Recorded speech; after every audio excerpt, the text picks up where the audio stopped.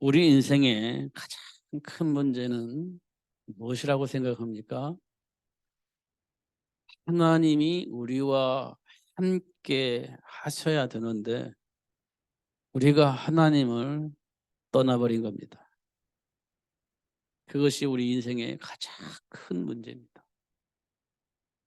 하나님이 영인 성령이 우리 안에 성전 삼고 계셔야 되는데 그 영이 떠나버린 겁니다. 그것이 우리 인생의 가장 큰 문제입니다.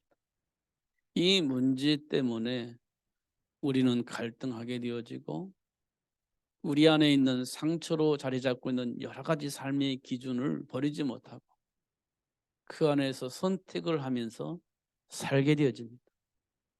틀린 것 같지는 않은데 하나님과 함께하는 삶 자체를 살지 못하는 겁니다. 육신적으로는 너무 훌륭하고 멋있는데 하나님을 떠나버립니다. 왜냐하면 하나님과 함께하는 삶이 무엇인지 모르기 때문에 하나님을 쉽게 떠나버립니다. 본능적으로 너무나도 당연한 것처럼 하나님을 떠나서 살고 있습니다. 이 땅의 모든 사람이 그렇게 살고 있습니다. 그래서 사도 바울은 뭐라고 말했냐면 하나님의 영광에 이를 수가 없다. 왜? 주를 못 믿기 때문에. 하나님을 불신하고 떠난 주의 비밀이 우리 안에 있기 때문에 그 상태로서는 하나님과 함께 삶을 누릴 수 없다. 그렇게 말씀을 하고 있습니다. 근데 우리에게는 그런 배경이 있기 때문에 그런 결과들이 순간순간 삶 속에 나타나는 거예요. 그래서 불만이 있고 불편하고 불행하다 생각하고 그렇게 생각을 하는 겁니다. 문제 앞에서 속수무책이니까 난 이 문제 때문에 살 수가 없어. 이렇게 생각을 하는 겁니다. 그 사람이 행복할까요? 행복하지 않습니다. 환경 때문에 행복한 게 아니라 환경 속에 준비된 축복을 모르기 때문에 불행한 거예요. 문제가 나를 불행하게 만드는 것처럼 보이지만 문제 속에 숨겨져 있는 축복을 보지 못하니까 불행한 겁니다. 어. 하나님이 준비한 축복이 있는데 못 보면 불행한 거예요. 보면 행복한 겁니다. 이런 것들을 우리는 하나씩 확인을 해야 돼요. 그러니까 고린도전서 3장 16절에 보면 너희 안에 누가 계시다고요? 보혜사 성령 하나님이 우리 몸을 성전 삼고 계시는 거 몰라? 이렇게 이제 질문하는 거예요. 몰라? 정말 몰라? 근데 사실은 그 보혜사 성령 하나님이 우리 몸을 성전 삼고 계신다는 겁니다. 사실은 우리 안에 계시다는 거예요. 그 보혜사 성령 하나님은 뭐 하시죠? 그냥 내 몸을 주인으로 가만히 계시는 게 아니에요. 그 하나님은 뭐 하시는 분이에요? 내 안에 계신 보혜사 성령 하나님은 내 안에서 뭐 하십니까? 뭐 하시려고 오신 거잖아요. 뭐 하시려고 오셨죠? 하나님이 무엇을 원하시는지를 우리에게 가르치시려고 우리 안에 오신 거예요. 하나님이 우리를 위해서 준비한 축복이 있는데 그걸 알리고 그 복을 누리게 하시려고 우리 안에 성전 삼고 오신 거예요.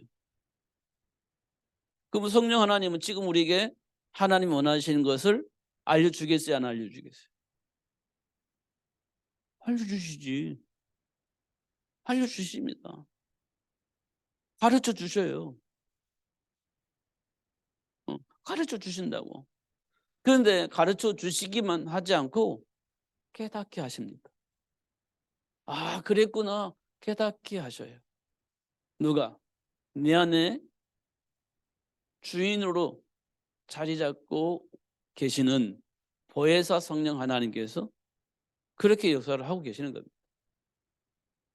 그때 우리는 어떻게 해야 되겠어요? 아멘. 그렇게 해야 되는 거예요. 아멘. 이렇게 받아들이는 겁니다. 근데 내 생각과 내 감정과 어떻게 충돌이 돼요? 그럼 어떻게 해야 됩니까? 성령 하나님께서 가르쳐 주신 것과 내 안에 있는 감정과 충돌이 생겼을 때 우리는 어떻게 해야 됩니까? 내 감정대로 해야 되겠습니까? 아니면 하나님의 말씀하신 대로 생각을 해야 되겠습니까?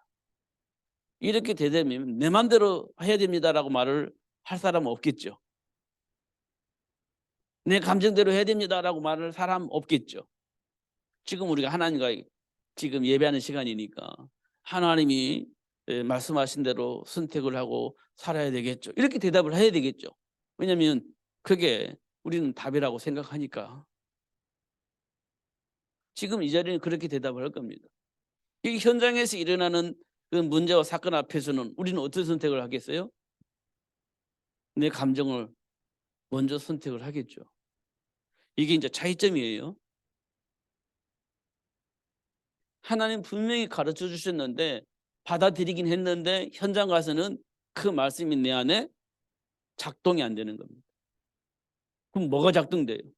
내 안에 있는 감정이 작동이 되는 겁니다. 그걸 확인하는 거예요. 아, 지금 내 안에는 마귀에게 의해서 만들어져 있던 무의식 속에 있었던 것들이 내 안에 여전히 작동되고 있는데 내가 그걸 인지하지 못하고 있다. 인지를 해야 되는데, 깨달아야 되는데 여전히 나는 내 생각과 내 감정대로 막 사는 거예요. 인지하지 못하니까. 무의식 속에 자리 잡고 있는 것들이 막 나오는데 그게 절제가 안 되고 제어가 안 되는 겁니다. 그것이 나의 전부인 것처럼 막 발산이 되는 거예요. 그런 일들이 우리 삶 속에 일어나는 겁니다. 이때 내 안에 계신 성령 하나님은 사단의 일을 폭로하고 그 일을 위해서 예수님이 오셨다는 것을 가르쳐 주는 겁니다.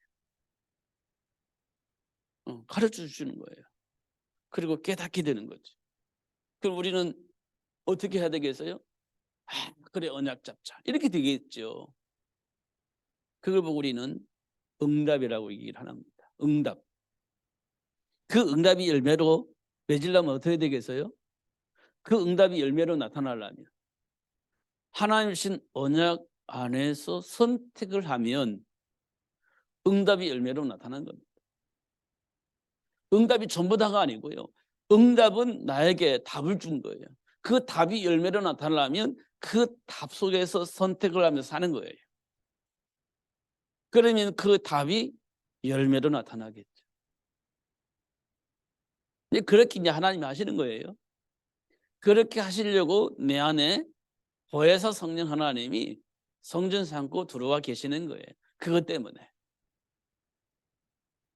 이게 없다면 어떻게 되겠어요? 이게 없으면 우리는 아무것도 할 수가 없어요. 깨달을 수가 없어요. 내 안에 계신 보혜사 성령께서 가르쳐 주시고 깨닫게 하시지 않는다면 우리는 말씀을 들어도 깨달을 수가 없어요. 그런데 마침 그 보혜사 성령 하나님이 내 안에 나의 몸을 성전 삼고 내 안에 들어와 계셔서 순간순간 가르쳐 주시고 깨닫게 하셔서 하나님 주며 축복을 얻을 수 있도록 역사하신다는 거예요. 그럼 우리가 해야 할 일이 뭐겠습니까? 언약 붙잡고 기도하는 겁니다. 이것이 가장 중요한 거예요. 언약 잡은 기도.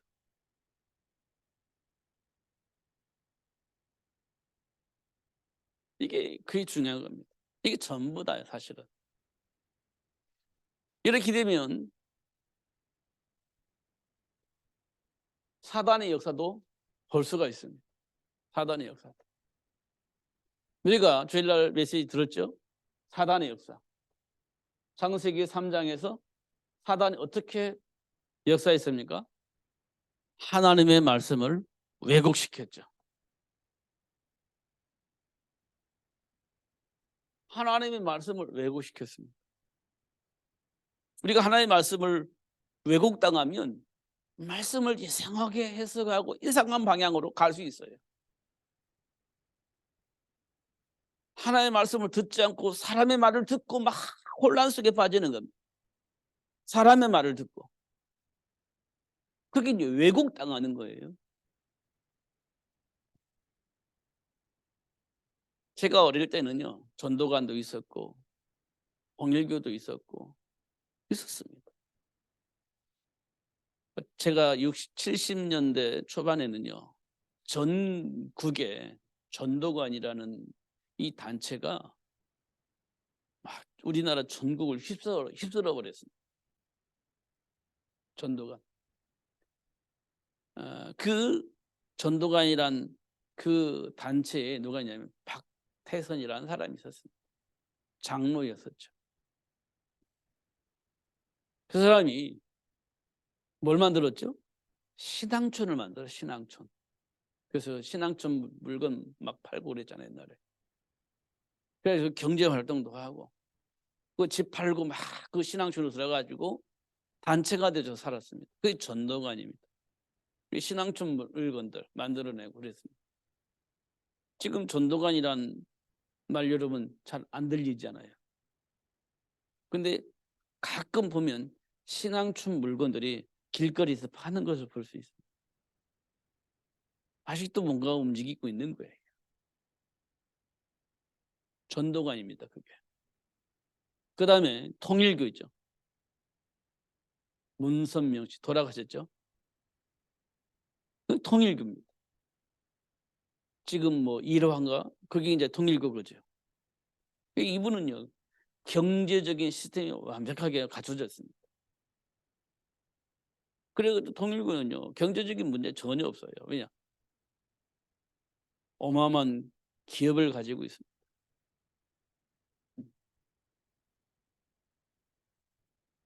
그래서요, 통일교 통일하겠다는 거예요. 하나로 통일되겠다. 이렇게 얘기한 거 아닙니까? 그게 이제 가장 핵심적인 뭐냐, 피가름이에요. 통일교에서 가장 중요한 게 피가름. 이겁니다. 이게 전부 다 어디서부터 왔냐?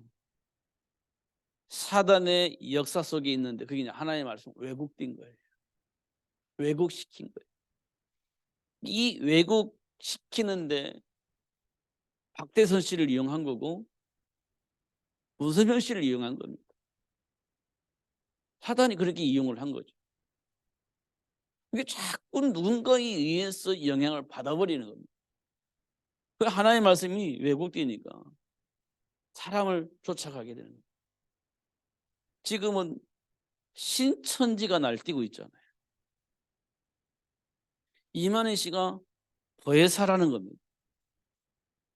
그럼 부회사라는 말은 하나님이란 뜻인데, 근데 그곳에 수많은 사람이 몰려가 있습니다. 공통점은 뭐냐면요, 집을 버리고 나온다는 거예요. 집을 버리고 나온다는 거예요. 재산을 바치고 그 장소로 들어간다는 거예요. 그게 공통점입니다. 왜냐? 왜곡돼서 그래요. 왜곡당해서 그렇습니다. 누가 그랬죠? 사단이. 근데 안 보여, 그게. 성경에 보면 사단이 얼마만큼 왜곡하여서 다른 길로 가게 만드는지를 볼 수 있는데 너무 감정적이다 보니까 안 보여. 언약을 이루시는 그 하나님의 역사를 봐야 되는데 그렇지 않아요. 감정으로 보는 겁니다. 그러면 안 보여요. 그럼 따라가는 겁니다. 이렇게 한번 생각과 마음을 빼앗기면 사단에게 완전히 장악됩니다. 그게 창세기 6장의 네피림 문화예요. 완전히 장악됩니다. 그래서 모든 것을 이 문화 속에서 결정을 하고 사는 겁니다. 모든 삶의 기준이 이 문화 속에서 보는 거예요. 하나님과 함께하는 것보다는 일단 내가 원하는 대로 성공을 원하는 겁니다. 성공을. 그러니까 성공을 위해서 살다 보니 하나님의 말씀이 필요할 때는 성공을 위해서 붙잡고 성공을 위해서 살아야 되기 때문에 걸림돌이 되어진 하나님의 말씀을 버리고 성공을 위해서 하나님을 붙잡고 이용을 하고 성공을 위해서 말씀을 붙잡기도 하고 버리기도 하고 그렇게 하는 겁니다. 오직 뭐 어디에 초점이 맞춰져 있어요? 성공에 초점이 맞춰져 있어요. 필요하면 말씀 붙잡고 걸림돌이 되면 버려버리고 이렇게 신앙생활을 해요. 우리가 신앙생활을 할 때 하나님이 주신 말씀 안에서 판단하는 게 아니라 내가 원하는 것을 기준으로 삼고 판단하는 거예요. 내가 원하는 걸 하려고 하는데 말씀이 걸림돌이 진다. 버려. 가차없이. 하나님을 버려버리는 겁니다. 그리고 내가 성공을 내가 원하는 것을 얻기 위해서는 또 하나님이 필요하면 또 하나님 앞에 나와서 말씀 붙잡고 기도해요. 원하는 것은 정말 하나님이 원하는 걸 그 일을 위해서 그런 것이 아니라 내가 원하는 그것을 획득하기 위해서 말씀을 붙잡고 이용을 해먹는 거지. 그게 창세기 6장에 사단이 만드는 네피림 문화입니다.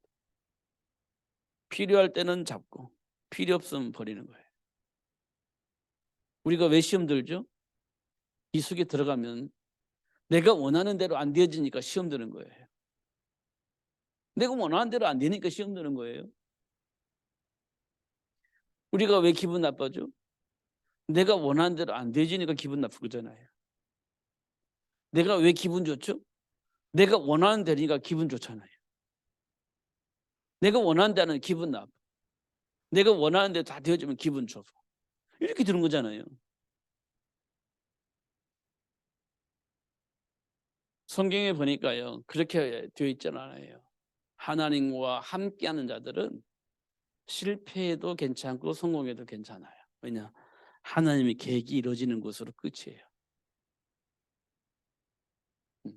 여러분 부자로 살고 싶죠?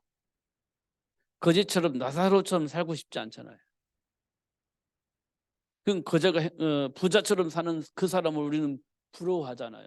행복하게. 모든 걸 다 가지고 살고 있으니까. 부러움이 대상이 되잖아요. 부자가. 여러분 그렇게 살고 싶지 않아요? 날마다 막 잔치하면서 보란 듯이 막 살고 얼마나 좋아요. 근데 그 부자의 상에서 떨어진 부스를 먹고 사는 나사로가 있습니다. 거지예요. 그렇게 살고 싶지 않잖아요. 절대 그렇게 안 살고 싶잖아요.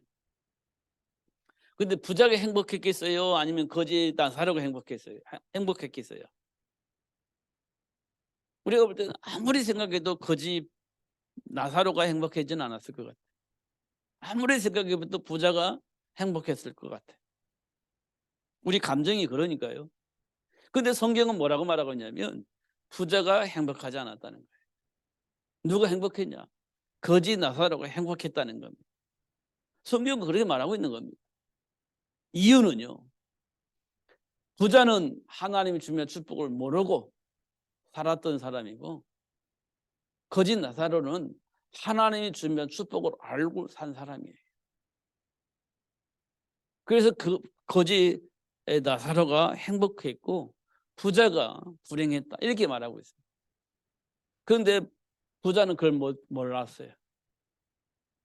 그걸 몰랐어. 나사로는 그 사실 알았어. 그걸 죽고 난 다음에 부자도 죽고 나사로도 죽었습니다. 결과는요. 부자는 지옥에 떨어져 있습니다.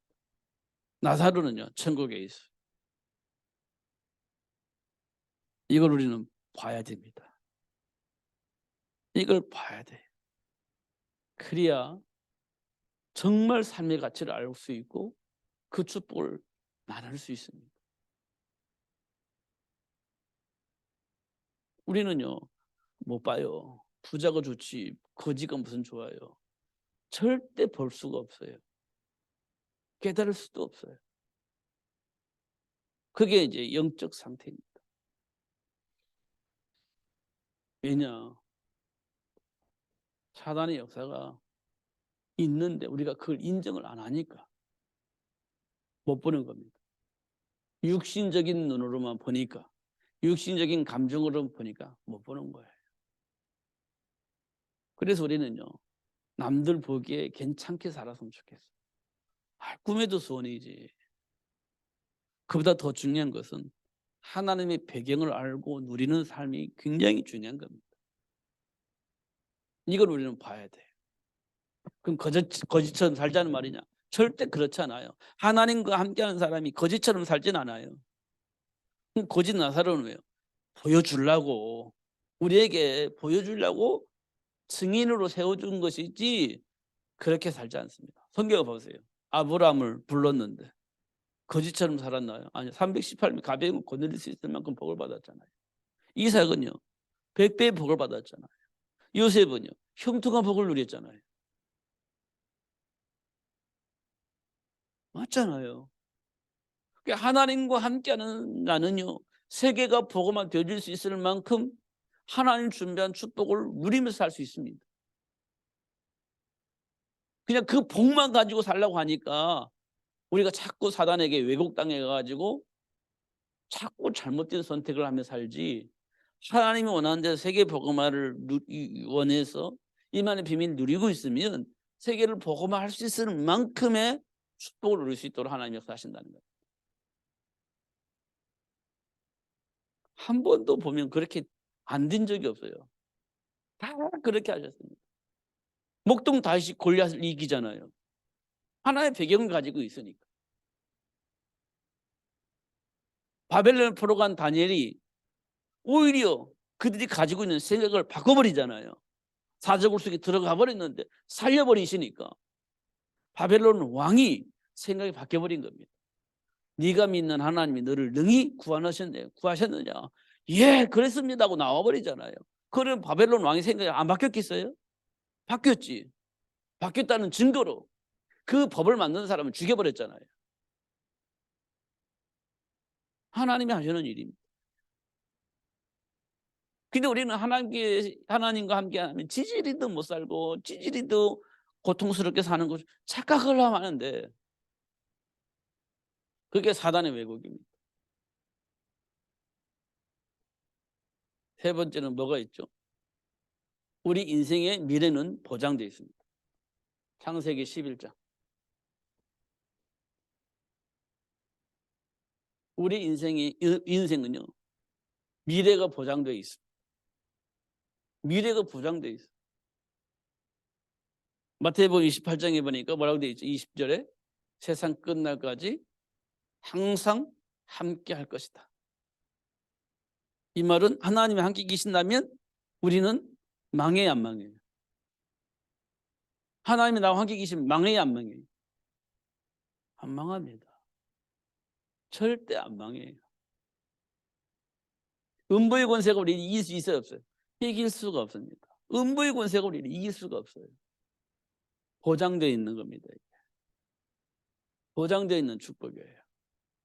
음부의 권세가 이길 수가 없고 세계가 복음화되어 줄 수 있는 그 일을 할 수 있을 만큼 복을 받아요. 보장되어 있는 겁니다. 땅 끝까지 이르러 내 증인이 되리라. 포장되어 있습니다. 너희는 마음에 근심하지 말라. 하나님을 믿으니 또 나를 믿으라. 보장되어 있다는 겁니다. 우리 인생의 미래가 보장되어 있어요. 그런데 우리는 왜 이렇게 막 복잡하고 염려가 생기고 불안하고 왜 그렇습니까? 사단의 역사가 있으니까. 왜요? 하나님을 불신앙하는 거예요. 불신앙하게 만드는 거예요. 어떻게? 말씀을 왜곡하니까. 뭐가 부족해서는 안 되겠고 열심히 살아야 하는데 그걸 못하고 있고 자꾸 말씀을 왜곡하는 사단에게 왜곡당하니까 이 보장된 축복을 모르고 누리지 못하고 방황하는 겁니다. 그러니까 하나님께서 너희 마음에 근심하지 말라. 하나님을 믿으니 또 나를 믿어라. 이렇게 말씀을 하신 거예요. 그게 요한복음 14장 1절입니다. 그런데 우리는요 삶의 결과만 보고 어찌할 바 알지 못하고 방황하는 거예요.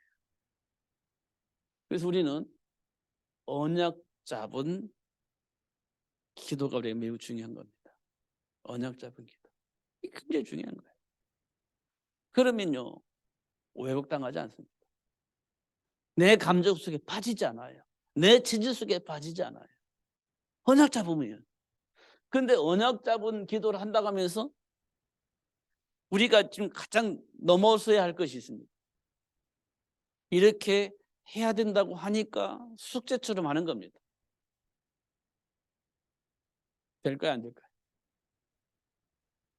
숙제처럼 하면 안 돼요. 알긴 아는데 내 안에 있는 감정과 내 안에 있는 상처와 내 안에 있는 체질은 하나도 바뀌지 않습니다. 그 만약 막 숙제처럼 하기는데 안 되는 거예요. 내 안에 있는 것들이 무너져야 되고 치유되고 회복돼야 되는데 그대로 여전히 갖고 있으면서 막 하려고 하니까 충돌만 생기고, 충돌이 생기니까 더 기분 나쁘고, 충돌이 생기니까 더욱더 나 자신을 학대하게 되고 낙심하게 되죠. 더 안 좋아지는 거죠. 이렇게 해야 된다고 하니까 숙제처럼 하는 거예요. 안 하면 안 되니까 또 숙제처럼 하는 거예요. 그러면서 막 이 말씀 안에 나를 쳐서 복종시키려고 하는데 내 안에 있는 것들이 반항을 하네. 안 되는 거죠. 하려고 하는 내 안에 있는 것들이 반항을 하는 거예요. 막 충돌이 일어나는 겁니다. 이걸 어떻게 해결해요? 방법이 없어요. 안 되는 겁니다. 결국은 누구한테 져요? 내 안에 있는 감정과 싸워서 내가 지는 거예요. 그럼 뭐가 이겨요? 내 안에 있는 감정이 이기는 거죠. 이런 일들이 우리 삶 속에서 계속해서 일어나는 겁니다. 이거 어떻게 해요? 방법이 없죠. 그러니까 언약 잡은 기도를 우리는 잘 생각해야 됩니다. 그래서 우리가 가끔가다 제가 얘기하잖아요. 인간이 왜 행복하지 않죠? 인간이 왜 불행하죠? 복음 편지 일과예요. 하나님을 떠나. 하나님을 떠난 상태가 어떻게 있죠? 하나님의 말씀을 이해하지 못하는 거예요. 깨닫지 못하는 거예요. 그러면 어떻게 하겠어요? 나도 모르게 내 안에 뿌리 내려져 있는 그것이 나를 지배하는 거예요. 그게 하나님을 떠나 있는 상태예요. 하나님을 떠나 있는 우리를 사단이 그렇게 장악하고 있었던 겁니다. 그것이 나의 모든 삶의 기준이 되어 있어요. 못 벗어나요, 여기서. 그리스도 해놓고서는 또, 그래도 그렇지, 사람이. 이게 이제 안 바뀌는 거예요. 이게 바뀌어야 되는데 안 바뀌는 거예요. 그러면요, 그리스도는 나와 상관이 없는 거예요. 그것 때문에 예수님 오셨고, 그 문제를 해결하려고 예수님 오셨는데, 그래도 그렇지, 나는. 이렇게 하면서 그 말씀을 거부해버리는 거예요. 그럼 그리스도 안에 있는 축복을 누릴 수가 없는 거예요. 그게 지금 우리 삶 속에서 드러나고 있는 문제들입니다. 왜 그렇게 하셨겠어요? 문제가 있음을 알게 하시려고 그렇게 했어요? 아니면 치유하여서 준비된 축복을 누리게 하시려고 그렇게 하셨겠어요? 너에게 그런 문제가 있어, 이걸 드러내려고 하는 게 아니에요. 하나님이 준비한 축복을 보고 누릴 수 있도록 하기 위해서 그런 일들을 우리에게 일으키시고 계시다는 사실을 확인할 수 있어요. 출애굽을 할 이스라엘 백성들에게 호계바다 만난 이유, 그러니까 홍해바다 만난 거야, 그렇게 한 게 아니에요. 그렇기 때문에 홍해바다를 만나서 그들의 생각과 삶을 치유해 주시는 겁니다. 그런 감정 때문에 홍해바다 만난 거, 그게요, 율법주의입니다.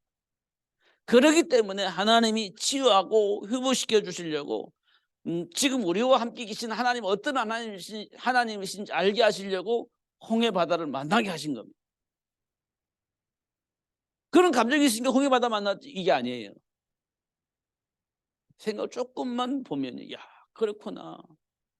우리가 워낙 모르니까 알게 하시려고 그런 사건을 일으켜 주신 거구나. 그게 홍해바다 사건이에요. 그 광야에서는요, 물이 없을 때 반응을 하잖아요. 그런 너희들과 내가 함께하고 있다는 사실을 알게 하시려고 광야로 이끌어 가신 거예요. 하나님이 나와 함께 계신 하나님 어떤 분이신지 알게 하시려고 광야 길을 가게 하신 거예요. 그러니까 그렇지, 그렇게 하려고 한 게 아니에요. 우리가 어떤 감정을 가지고 계신지를 알고 계시기 때문에 내가 너희들과 함께하는데, 너희들과 함께하는 내가 어떤 존재인지 보여주려고 그렇게 한 겁니다. 그게 광야 40년이에요. 생각을 조금 바뀌니까요, 엄청난 큰 복이죠. 은혜죠. 이런 것도 우리가 확인할 수 있습니다. 그러니까 고린도에 있는 성도들이 어떻게 될지 알지 못하고 막 갈등하고 있는 겁니다. 누구는 그러면 안 됩니다. 아니면 뭐 해도 되잖아. 이렇게 이제 서로 막 분쟁하고 있는 거예요. 이때 사도 바울이 고린도 지역에 있는 성도들에게 한 얘기예요. 야, 니한테 보혜사 성령 하나님께서 함께 계시는 거 몰라? 그분이 가르쳐주고 깨닫게 하시잖아. 그럼 인도 받으면 되는 거야. 이렇게 얘기를 하고 있는 겁니다.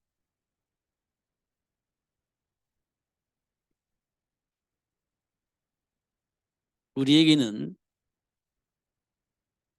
뭐가 들어왔냐면 새로운 생명이 들어와. 새로운 생명. 오늘 제목은 새로운 생명이. 새로운 생명이 들어와서 내 안에. 이 새로운 생명이 뭐예요? 하나님의 형상이 회복되어지는, 잃어버린 하나님의 형상이 회복되어지는 거예요. 그게 새로운 생명이에요. 이 말은 잃어버렸다는 거잖아요. 언제 잃어버렸죠? 창세기 3장 사건 이후에 하나님의 형상을 잃어버린 겁니다.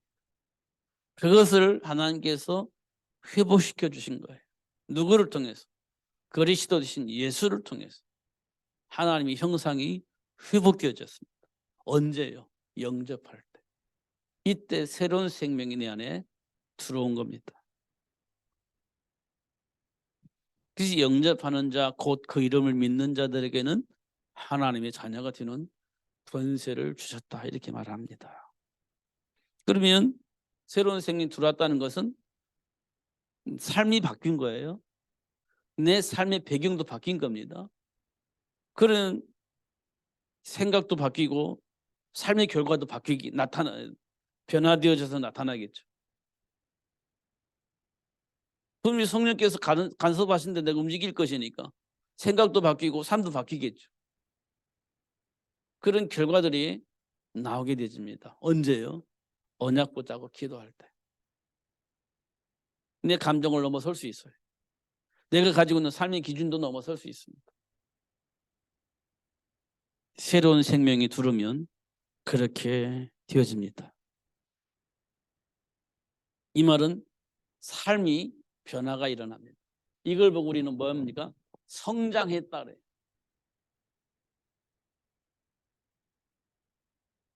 다른 말로 하면 치유가 일어났다. 치유가 일어났다. 이렇게 얘기를 하는 겁니다. 변화가 일어났다. 내 기준을 버렸다는 거예요. 하나님이 주신 축복을 누리며 산다는 거예요. 내 체질을 버리고 하나님과 함께한 삶을 선택을 했다는 거예요. 그래야 변화가 일어나는 거지. 하나님의 말씀은 듣고 아멘 해놓고 내 맘대로 살아 변화가 안 일어나는 거예요. 체질 그대로 살 것이니까. 그 안에 선택할 것이니까. 무슨 변화가 일어나겠습니까? 일어날 수가 없지. 그런데 과거의 체질대로 살고 있었던 내게 하나님의 말씀이 떨어지니 하나님의 말씀 안에서 선택을 하니 변화가 일어나죠. 생각이 변하고 삶이 변하는 겁니다. 그 안에서 하나님 주신 말씀 안에서 선택을 하니 과거의 생각과 다르게 선택을 할 거 아닙니까? 사단이 주는 감정 속에서 살았던 내가 이제 하나님 주신 말씀 안에서 살으니 바뀔 거 아닙니까? 이걸 보고 변화, 이렇게 얘기를 합니다. 변화. 그런데 하나님의 은혜를 입은 사람이 이런 변화를 받게 되어집니다. 하나님의 은혜를 받은 사람이 이 변화가 일어나요. 은혜를 받으니 어떻게 해요? 성령의 간섭함을 받죠. 성령의 요한복음 14장 25절에서 27절에 보면 성령의 간섭함이 있습니다. 이 간섭을 받으니 변화가 일어나는 거예요. 하나님 은혜 속에서 성령의 간섭을 받습니다. 그러면 예수님께서 말씀하신 대로 땅끝까지 이르러 증인으로 삶을 살게 되어지는 겁니다. 이거는 특별하게 누구에게만 주어진 게 아니에요. 하나님의 은혜를 입은 모든 사람에게 주어진 축복입니다. 그래서 우리는 깨달아야 돼요. 다메섹에서 사도 바울이 예수님을 만났듯이 갈릴리 바다에서 베드로가 예수님을 만났듯이 애굽에서 아브라함이 하나님을 만나듯이 만남의 축복이 우리에게 있어야 되는 거예요. 그걸 우리는 전환점이라고 하죠. 그를 위해서 우리는 기도해야 돼요. 그런 축복이 우리 삶 속에 나타나도록 기도하셔야 돼요. 그러면 그때부터는 누구도 막을 수가 없어요. 하나님이 준비한 축복을 누리는데 막을 자가 없어요. 날마다 승리하게 되고 날마다 형통하게 되어지고 하나님이 약속하신 모든 축복이 나의 삶 속에 열매로 나타나게 되어지는 일들이 벌어질 것이기 때문에 그래요. 어떻든 속지 마시고 그리스도 예수 안에 준비된 축복을 누리면서 승리하시는 여러분 되시기를 예수님의 이름으로 축복합니다. 기도하겠습니다. 살아계신 하나님 아버지 감사합니다. 오늘도 최고의 복을 주셔서 감사하고 알게 해주셔서 감사합니다. 결코 속지 않고 누리며 살 수 있도록 성령으로 충만하게 하여 주옵소서. 하나님이 간섭하실 때 간섭함을 받게 하여 주옵시고 내 안에 과거의 체질들을 내려놓을 수 있을 만큼 은혜를 입고 내려놓게 하여 주시되 사도 바울처럼 배설물을 여기고 내려놓을 수 있도록 축복해 주시고 하나님이 약속하신 축복이 나의 삶 속에 들어와서 열매로 나타나서 모든 사람 앞에 하나님이 우리와 함께 계심을 많은 사람들이 보고 느끼고 스스로가 우리를 향해서 하나님이 함께 계시는 자들이라고 말할 수 있을 만큼 열매를 맺을 수 있도록 축복하여 주옵소서. 예수 그리스도 이름으로 기도하옵나이다. 아멘.